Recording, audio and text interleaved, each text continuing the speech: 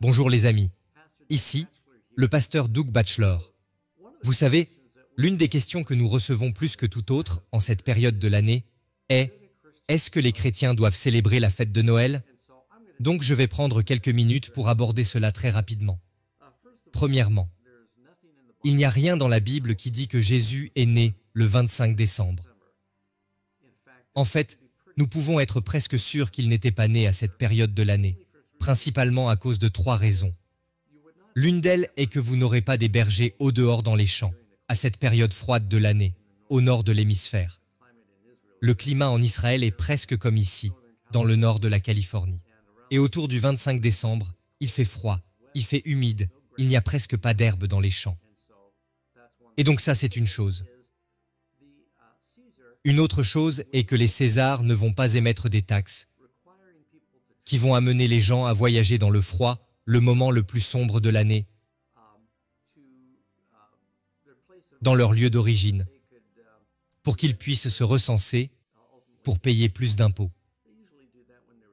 Ils le feront habituellement quand il y a des cultures dans les champs, car c'est beaucoup plus pratique.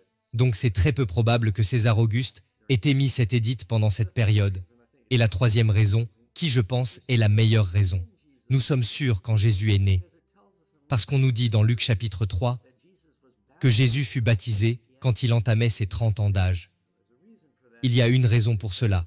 Le roi David a commencé à régner à 30 ans. Joseph a commencé à diriger l'Égypte quand il avait 30 ans. Un prêtre ne pouvait pas commencer sa prêtrise avant d'avoir atteint l'âge de 30 ans. Christ commence son ministère aux alentours de ses 30 ans d'anniversaire. Maintenant, nous ne connaissons pas le jour exact, mais nous savons combien de temps il a exercé son ministère et nous savons quand il est mort. Jésus est mort au printemps pendant la Pâque, 3 ans et demi plus tard.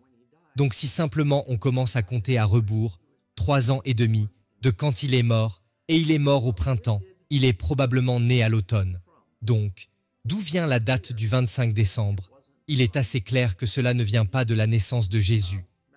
En fait, vous pouvez lire dans l'encyclopédie catholique, il est dit « Noël ne fait pas partie des toutes premières festivités de l'Église. » Irénée et Tertullien l'ont omis parmi leur liste des festivités chrétiennes. Et ces auteurs vivaient au IIIe siècle après Jésus-Christ. Donc, jusqu'à l'an 400 après Jésus-Christ, aucun chrétien ne célébrait la Noël aux environs du 25 décembre. Donc, que s'est-il passé? Bien, ce n'est pas quelque chose de vraiment astronomique quand on y pense. Le solstice d'hiver est aux alentours du 21-22 décembre, c'est-à-dire que cela va être le jour le plus court de l'année. Les jours continuent à être de plus en plus courts, jusqu'à ce qu'on arrive au 21. Puis on a comme un temps stable pendant environ 3 jours, où on ne voit réellement pas de changement dans la journée. Le jour commence à être notablement plus long, aux alentours du 25. Donc dans tout l'hémisphère nord, et dans de nombreuses cultures, c'était le temps de diverses célébrations.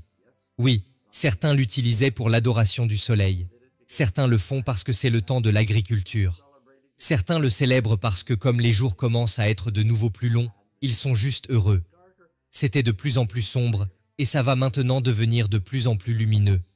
Même ici dans les Amériques, parmi les Indiens, dans l'hémisphère nord, tout le monde sait que les jours vont commencer à être de plus en plus longs, aux alentours du 25 décembre. Donc quand l'Église a commencé à essayer de se choisir une date pour célébrer la naissance du Christ, ils ont dit « Eh bien, cela sera une bonne période. » Et nous pourrons exploiter le fait que beaucoup de nations païennes prennent ce temps comme vacances. Vous pouvez même regarder parmi certaines des nombreuses festivités. Les Romains avaient Saturnalia. Les Scandinaves avaient le Yule. Les légendes abondent à propos de certaines des anciennes divinités qui sont nées autour du 25 décembre. Vous avez Krishna Vishnu, Mitra, Kimitra, Horus, Hercule, Bacchus, Tamu, Indra, Bouddha, juste partout dans l'hémisphère nord, comme je l'ai dit. Donc, ils ont choisi cette période parce qu'ils ont pensé que ce serait la meilleure période où ils pourraient essayer d'évangéliser certains de ces païens, les gagner pour le royaume. Je ne pense pas que ce soit la meilleure raison pour choisir une date, mais c'est sûr que je les comprends. Par exemple, si je vais en Chine et que j'y tiens une réunion d'évangélisation, si je regarde leur calendrier pour trouver quand je pourrai tenir ma réunion, où ils ne seront pas en train de travailler et seront en mesure de venir. Supposons que tous les Chinois soient pendant une semaine à la maison pour l'anniversaire de Bouddha, parce que c'est les congés. Cela serait pour moi une bonne période pour tenir la réunion d'évangélisation, parce que comme ils ne seront pas préoccupés, ils pourraient venir. Je pourrais donc exploiter cette période pour toucher les païens. Et Paul utilise ce principe dans 1 Corinthiens chapitre 9. Il dit « Car, bien que je sois libre à l'égard de tous », c'est dans 1 Corinthiens chapitre 9, verset 19. « Car, bien que je sois libre à l'égard de tous, je me suis rendu le serviteur de tous, afin de gagner le plus grand nombre. Avec les Juifs, j'ai été comme Juif, afin de gagner les Juifs. Avec ceux qui sont sous la loi, comme sous la loi, quoique je ne sois pas moi-même sous la loi. Afin de gagner ceux qui sont sous la loi. C'est-à-dire, je fais ce que je peux pour accommoder les Juifs, pour gagner les Juifs. Je fais ce que je peux pour accommoder les gentils, pour gagner les gentils. Mais je ne brise pas la loi de Dieu. C'est ça le principe, il dit. J'ai été faible avec les faibles, afin de gagner les faibles. Je me suis fait tout à tous, afin d'en sauver de toute manière quelques-uns. Il y a donc un principe selon lequel, dans la mesure du possible, les chrétiens devraient essayer de tirer avantage, quelle que soit, la culture locale pour les atteindre, aussi longtemps que cela ne nécessite pas de compromettre les principes bibliques. Maintenant, les chrétiens ne devraient pas être impliqués dans les pièges païens de Noël. Le Père Noël n'est pas réel. Nous ne devrions pas nous prendre la tête avec les rennes et les bûches de Noël. Certains d'entre vous pourraient demander à propos des arbres de Noël. Les gens font souvent référence à Jérémie 10. Et ils lisent ce passage qui commence au verset 2. Car les coutumes des peuples ne sont que vanité. On coupe le bois dans la forêt.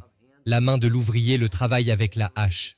On l'embellit avec de l'argent et de l'or. On le fixe avec des clous et des marteaux pour qu'il ne branle pas. Certains disent « Ah, mais c'est l'arbre de Noël. Ces dieux sont comme une colonne massive et ils ne parlent point. On les porte parce qu'ils ne peuvent marcher. Ne les craignez pas, car ils ne sauraient faire aucun mal et ils sont incapables de faire du bien. » Est-ce que Jérémie dit que vous ne devriez pas couper un arbre et le décorer? Non. Il parlait de la pratique païenne, où il coupait un arbre, prenait un bloc, le sculptait en un dieu, le plaquait avec de l'or et argent. Il avait des jambes, une bouche et des yeux, mais il ne pouvait pas voir. Les gens ne portent pas de sapin de Noël. Donc cela n'a vraiment rien à voir avec les arbres de Noël. Je l'ai entendu plusieurs fois et je n'ai pas vu trop de gens. Je veux dire, vous avez des bouquets de fleurs dans vos maisons, vous aimez le look et vous aimez le parfum, c'est bien. Mais est-ce que j'ai vu des gens prier sur ces fleurs? Ou ai-je vu une personne prier sur ces sapins? Donc avoir des ornements de Noël n'est pas un péché en soi. Donc, quand il s'agit de célébrer Noël, évidemment nous devons rester à l'écart des choses qui sont païennes. Mais si le monde est en train de parler de la naissance du Christ, si la naissance du Christ et l'incarnation est un sujet biblique, et si c'est un bon moment pour nous de nous étendre là-dessus, pour améliorer cet enseignement, par tous les moyens, faites-le. Thanksgiving est une excellente période de l'année pour les chrétiens, pour améliorer l'enseignement biblique, se focaliser là-dessus, pour développer l'enseignement biblique, sur la gratitude et la louange. Et donc si tout le monde est en train de se focaliser, pendant cette période de l'année sur la première venue de Jésus, quelle belle opportunité pour nous de parler de la première venue de Jésus et de les diriger sur la seconde venue de Jésus. Il dit par exemple dans Romains chapitre 14, ce n'est pas obligatoire. Paul dit au verset 5, « Telle personne fait une distinction entre les jours. Telle autre estime tous les jours tous égaux, que chacun ait en son esprit une pleine conviction. Celui qui distingue entre les jours agit ainsi pour le Seigneur. La même chose pour Noël. Celui qui n'observe pas le jour au Seigneur ne l'observe pas.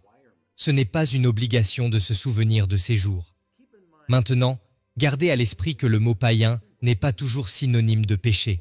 Païen signifie simplement que c'est une chose culturelle. Il y a beaucoup de choses culturelles que nous faisons, qui ne viennent pas de la Bible. Cela ne veut pas nécessairement dire que c'est un péché. Mais s'il y a une pratique païenne qui entre en conflit avec les principes bibliques, alors vous devriez rester à l'écart de cela. Mes amis, j'espère que cela vous a aidé un peu. Juste priez, et vous savez, tout ce qui n'est pas fruit de votre foi, ne le faites pas.